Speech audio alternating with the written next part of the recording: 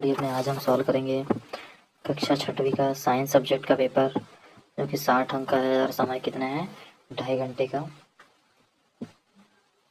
चलिए सॉल्व करते हैं। बहुविकल्पी प्रश्न है, प्रश्न नंबर 1 से 5। सही विकल्प चुनकर उत्तर लिखिए। प्रत्येक प्रश्न के लिए 1 अंक निर्धारित है। चलिए पहला प्रश्न है, कुछ व्यक्तियों को अंधेरे या रात में कम दिखाई देता है, ऐसा किस विटामिन की कमी के कारण होता है? तो ऐसा किस विटामिन की कमी के कारण होता है? बी के कारण नहीं होता, के कारण नहीं होता, विटामिन सी के कारण नहीं होता। कौन से विटामिन के कारण होता है? विटामिन ए की कमी के कारण रात में कम दिखाई देता है।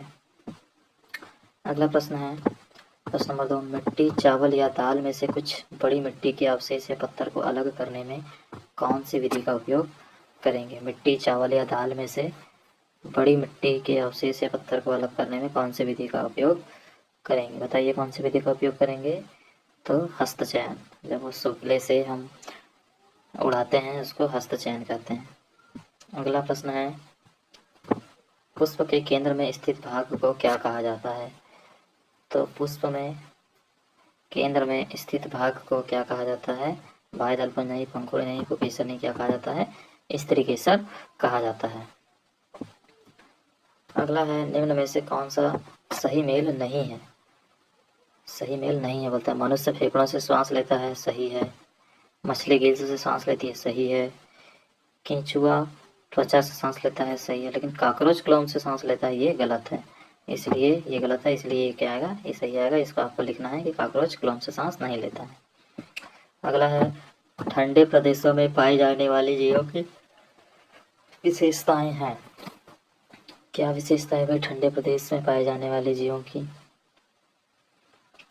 उनके घने लंबे बाल होते हैं ताकि इनको ठंड ना लगे। घने लंबे बाल, मोटा होना नहीं होता, कद छोटा होना नहीं होता, तेज भागना में नहीं होता, घने लंबे बाल होता है। अगला है, नीचे दिए गए रिक्त स्थान की पूर्ति कीजिए। प्रत्येक प्रश्न के लिए 1 अंक निर्धारित है। चीनी जल में खालिस्तान जाती है, तो चीनी जल में क्या होती है? घुल जाती है। क्या हो जाती है? घुल जाती है। अगला प्रश्न है, जल को गर्म करने पर वह भाप में बदल जाता है, इस प्रक्रिया को क्या कहते हैं? जल को गर्म करने पर वह भाप में बदल जाता है, इस प्रक्रिया को क्या कहते हैं? इस प्रक्रिया को वाष्पन प्रक्रिया कहते हैं। कौन सी प्रक्रिया कहते हैं? वाष्पन प्रक्रिया कहते हैं। अगला प्रश्न है, कोहनी में खालिस्तान संधि होती है, तो कोहनी में कौन सी संधि होती है? कंदुक खलिका। कौन सी संधि होती है? कंदुक खलिका, ये संधि होती है कोहनी में, जॉइंट में। अगला है, स्थल पर पाए जाने वाले पौधे एवं जंतुओं के आवास को स्थलीय आवास कहा जाता है। क्या कहा जाता है? स्थलीय आवास। स्थलीय आवास कहा जाता है। अगला प्रश्न है, प्रश्न नंबर 10। खालिस्तान रंग के प्रकाश का प्रिज्म से गुजरने पर 7 रंगों का प्रकाश प्राप्त होता है, तो कौन से प्रिज्म से गुजरने पर? बताइए।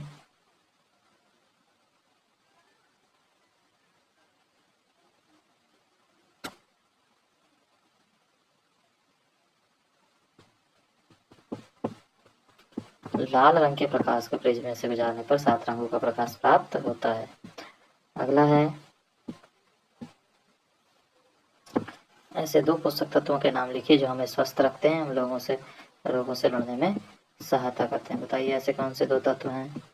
तो वो तत्व हैं कार्बोहाइड्रेट और खनिज लवण, हमें स्वस्थ रखने में, रोगों से लड़ने में सहायता करते हैं। अगला प्रश्न है, रेत और जल के मिश्रण से आप रेत तथा जल को कैसे पृथक करेंगे? कैसे पृथक करेंगे?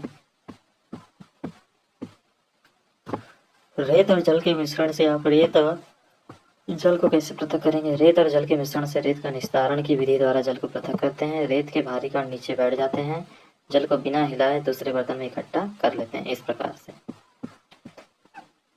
अगला प्रश्न है, यदि अंकुरित बीजों को नियमित पानी या छिड़काव किया जाए तो 6 महीने बाद इसमें क्या परिवर्तन होगा? तो यदि अंकुरित बीजों को नियमित पानी का छिड़काव किया जाए तो 6 महीने बाद वे स्वरूप पौधों में विकसित हो जाएंगे, जिनमें पत्तियां, तना और जड़ें पूरी तरह विकसित हो जाएगी।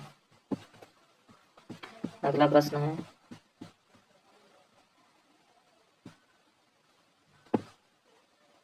ये हमने 13 हल कर लिए ये वाला। अगला है, गर्दन में उपस्थित संधि का नाम बताइए। तो गर्दन में उपस्थित संधि कौन सी है? गर्दन में उपस्थित संधि का नाम है धुराग्र संधि। कौन सी है? धुराग्र संधि। धुराग्र संधि। अगला प्रश्न है प्रश्न नंबर 15।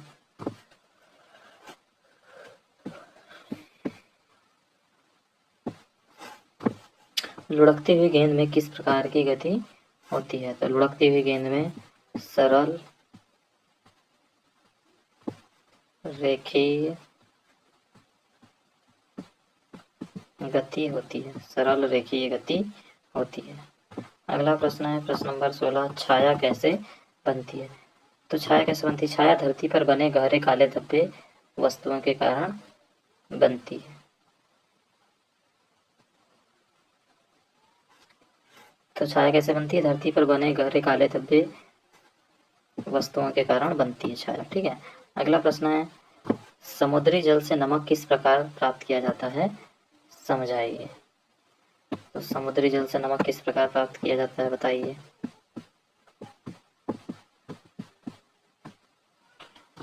समुद्री जल से नमक वाष्पन की प्रक्रिया द्वारा प्राप्त किया जाता है। जब समुद्र के जल को बड़े बड़े उथले गड्ढों में भरकर छोड़ दिया जाता है तो सूर्य के प्रकाश से जल गर्म होकर वाष्पन द्वारा धीरे धीरे वाष्प में बदलने लगता है। कुछ समय बाद सारा जल वाष्पित हो जाता है और नमक बच जाता है। इस प्रकार से नमक बनाया जाता है। अगला प्रश्न क्या है? प्रश्न नंबर 18।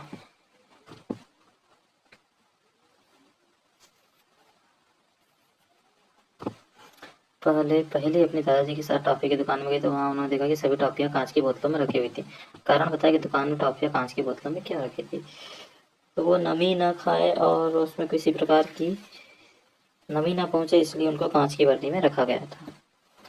अगला प्रश्न है, हमें पदार्थों के पृथक्करण की आवश्यकता क्यों है? इनके पृथक्करण की आवश्यकता क्यों है? नष्ट होने से बचाने के लिए। नष्ट होने से बचाने के लिए। चलिए देख लेते हैं।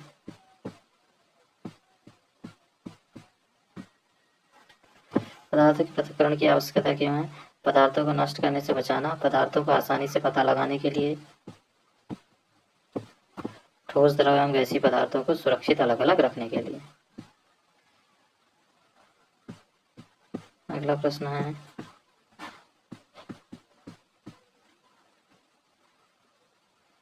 उपास्थि से क्या समझते हैं?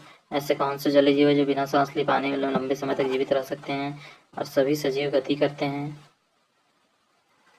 इन सभी के उत्तर देखते हैं हम।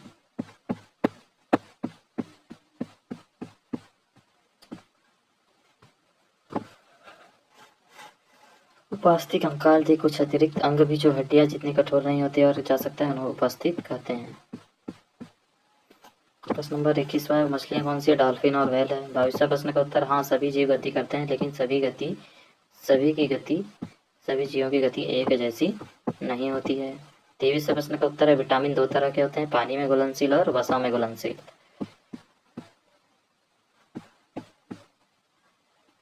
25वें प्रश्न का उत्तर है, जब कोई पिंड एक निश्चित समय अंतराल के बाद उसी पथ का अनुसरण करता है तो उसे आवर्ती गति कहते हैं।